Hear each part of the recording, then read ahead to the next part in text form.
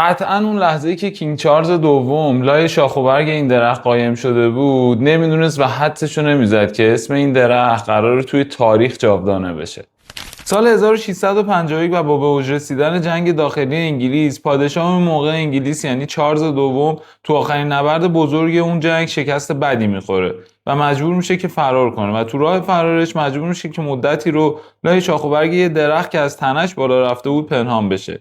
نیروهایی که دنبالش بودن از زیر اون درخت رد میشدن ولی شاه رو پیدا نمیکردن.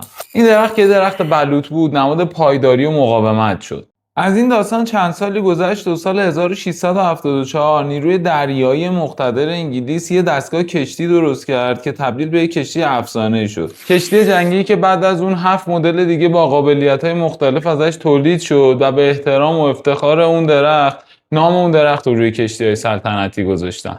حدود 100 سال بعد که برند AP برای شاهکار تازه متولد شده خودش که آقای جنتای اسطوره‌ای با الهام از دریچه ضدآب اون کشتی‌ها طراحیش کرده بود، دنبال یه اسم میگشت که توی ذهن‌ها یادآور مقاومت و پایداری و همچنین اصالت و لوکس بودن باشه.